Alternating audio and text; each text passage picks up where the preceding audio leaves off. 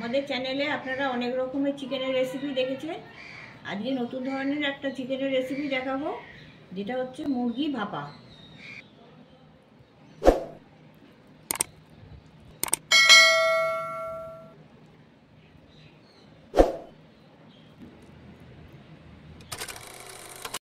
ভাপা করার জন্যে এইরকম একটা কৌটো নেবেন, যাতে ঢাকনাটা খুব টাইট থাকে।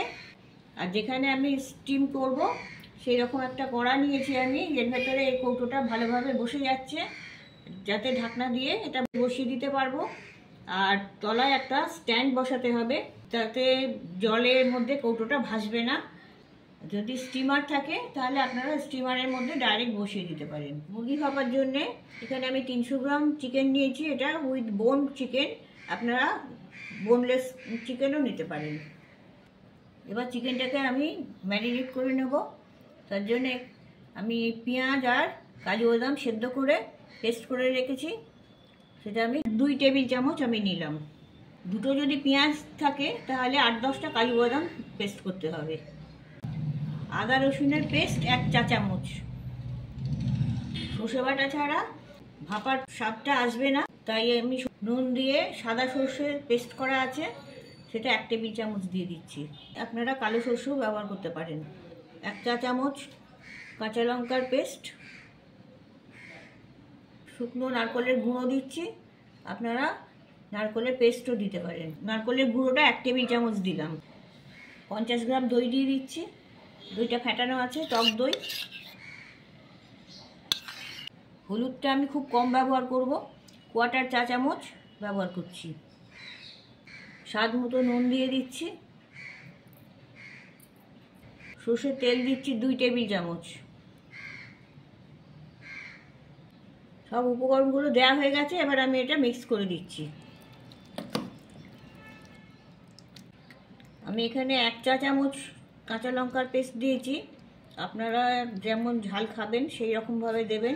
যারা ভিডিওটা দেখছেন তারা আমাদের চ্যানেলটিকে সাবস্ক্রাইব করে নেবেন, আর দেখে ভালো লাগলে লাইক কমেন্টস অবশ্যই করবেন, তাতে আমরা আরও ভালো ভালো রেসিপি তৈরি করতে উৎসাহিত বোধ করব। এটা ম্যারিনেট করা হয়ে গেছে, আমি এবার এটা কৌটোতে ঢেলে নেব। কৌটোটা এমন সাইজের নেবেন যাতে এর মধ্যে স্টিমটা করার জন্য একটু জায়গা থাকে। চেরা কাঁচা লঙ্কা দিয়ে দিচ্ছি। ঝালটা আপনাদের পছন্দ মতন দেবেন। সব শেষে আবার 1 টেবিল চামচ সর্ষের তেল দিয়ে দিচ্ছি।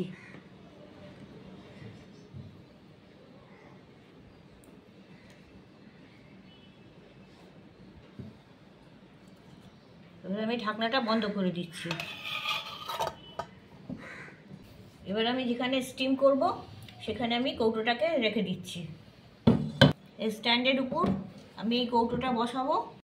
দেখতে হবে কৌটোটার 3 ভাগের 1 ভাগ যেন জলে ডুবে থাকে, তাহলে আমাকে আরও একটু জল দিতে হবে। কৌটোটা 1/2 ইঞ্চি মতন জলের মধ্যে ডুবে আছে। এইভাবে কৌটোটা বসিয়ে দেবেন, আর তার উপরে এবার ঢাকনাটা চাপা দিয়ে দেবেন। ঢাকনাটা যেন টাইটে চাপা থাকে। প্রথমে আমি হাই ফ্লেমে জলটাকে ফুটিয়ে নেব, তারপরে আমি ফ্লেমটা মিডিয়াম করে দেবো। মিডিয়ামে আমি 30 মিনিট ফোটাবো। এবার জলটা ফুটতে শুরু করেছে, এবার আমি 30 মিনিট এরকম কম আছে, আমি এটা রেখে দেবো। 30 মিনিট হয়ে গেছে, আমি এটা প্রেসারের ভেতরেই 10 মিনিট সেটেল হতে রেখে দেবো। 10 মিনিট পর আমি ঢাকনাটা খুলছি।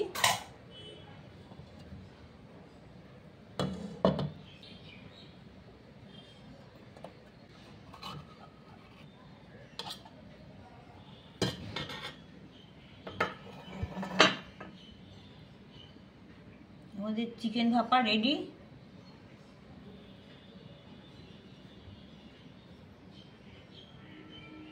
এবার আমি সার্ভ করে দেবো।